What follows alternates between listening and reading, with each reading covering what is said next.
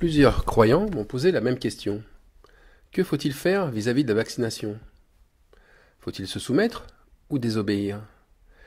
Ils me disaient que dans telle assemblée, on leur avait dit de se faire vacciner, et puis dans une autre, on leur avait dit le contraire, car le faire, ça serait accepter la marque de la bête.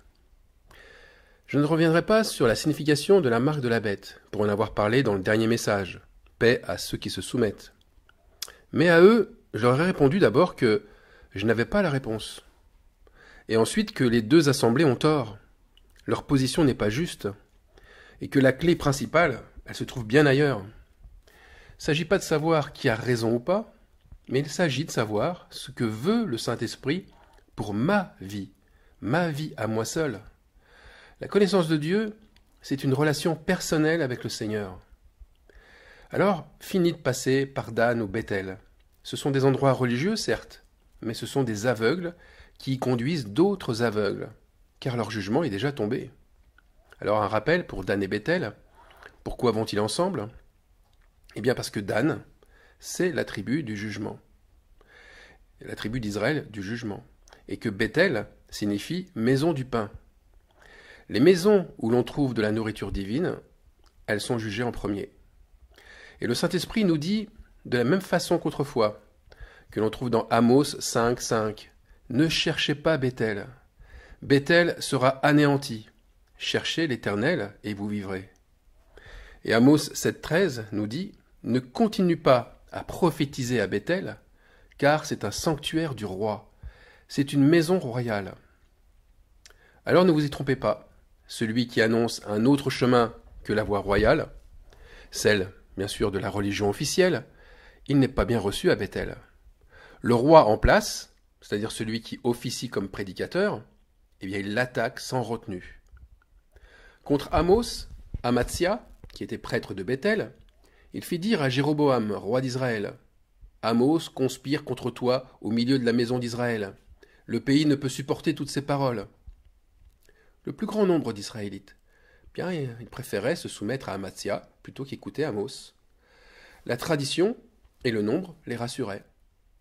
Ils préféraient obéir et plaire aux hommes plutôt qu'à Dieu. Or, quand le Saint-Esprit nous dit non, non, il nous barre la route. Il nous empêche de prendre un mauvais chemin. Je vais prendre mon expérience personnelle, et là j'insiste, c'est une expérience propre à moi. C'est ma relation avec Dieu. Mais mon expérience va vous permettre d'avoir la clé pour vous. Alors ma conviction était que, vu l'écran de fumée qu'il y avait devant les vaccins, je préférais attendre et examiner les événements. Puis je me suis dit que, tant qu'on ne m'oblige pas à le faire, je ne bougerai pas.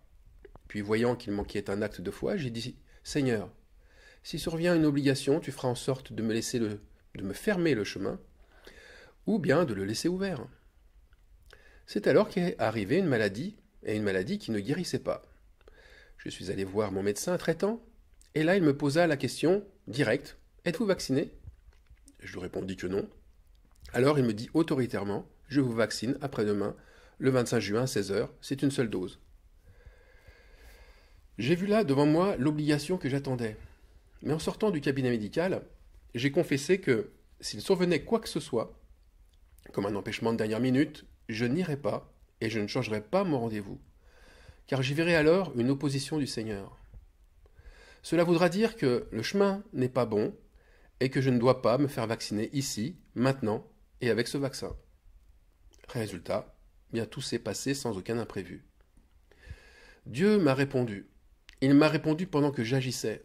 Pour moi, j'ai agi en mettant le Saint-Esprit au centre de ma décision. Ma foi a été active.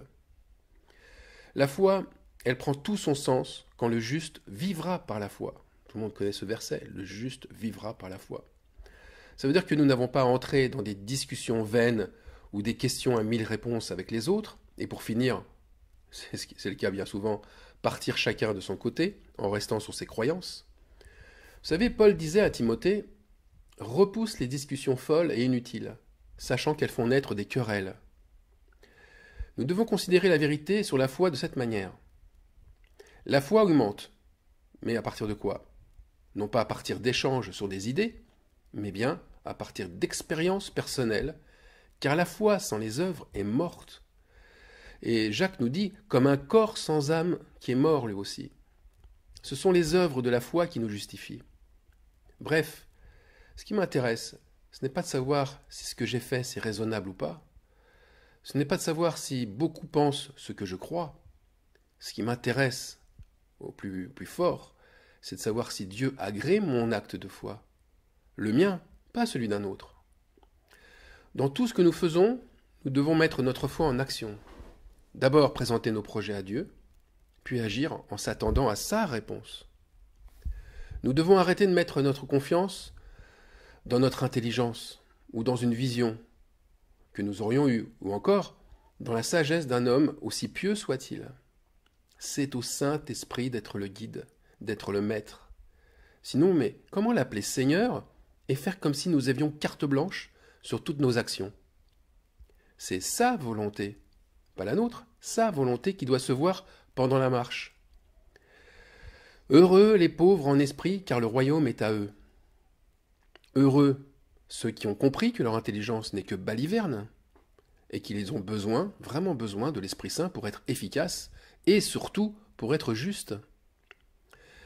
Mais pourquoi, au temps de Moïse, les choses étaient-elles bien différentes? On va lire Deutéronome, chapitre 1, verset 42. On commence par le verset 1. Ce sont ici les paroles que Moïse adressa à tout Israël. Alors, verset 42. L'Éternel me dit, et là c'est l'Éternel qui parle à Moïse, dis-leur, ne montez pas et ne combattez pas, car je ne suis pas au milieu de vous. Ne vous faites pas battre par vos ennemis. Ici, Dieu, c'est vrai, parle au prophète Moïse. Et il parle à Moïse pour qu'il dise à tous, donc aux Israélites dans leur totalité, de ne pas entrer en combat. Alors, c'est bizarre, pourquoi ne pas écouter un prophète comme lui, nous dire si le vaccin est un bon ou un mauvais combat pour nous? La réponse est assez simple. Seuls certains Israélites comme Moïse, Aaron aussi et ses fils, étaient oints par l'Esprit. Les autres pouvaient être oints aussi, mais que par l'eau de la repentance. Et de nos jours, grâce à Jésus-Christ ressuscité, je veux bien dire ressuscité, c'est important, la relation avec Dieu est différente.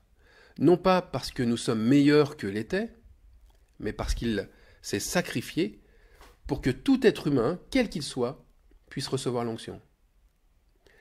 Par Jésus-Christ, nous avons l'onction du Père qui descend sur nous. Donc, c'est le Consolateur, l'Esprit Saint que le Père nous a envoyé et qui nous enseigne toutes choses et qui nous rappelle ce que Jésus nous a dit, qui est en partie dans les Écritures. Et là, c'est Jean 14, 26. Alors notre témoignage est bien là. Notre témoignage est dans nos actes de foi. Pas des actes de foi où nous faisons que de répéter ce que d'autres ont vécu, ou de dire ce que la doxa chrétienne raconte. Non, des actes de foi où le Saint-Esprit nous a ouvert le chemin, ou barré le chemin. Car j'en suis sûr, il répondra à vous personnellement, selon vos besoins. Vous savez, Paul l'avait écrit déjà aux Philippiens. Il disait, ne vous inquiétez de rien, mais en toute chose, faites connaître vos besoins à Dieu par des prières et des supplications, avec des actions de grâce. Le remercier, là aussi, ce n'est pas le louer et puis faire ensuite ce que l'on avait projeté de faire, en écartant les autres projets possibles, ceux qui nous gênent d'ailleurs, ou ceux qui nous mettent en péril. Non, être reconnaissant, c'est le remercier d'avoir par avance ouvert ou fermé le chemin de nos actes.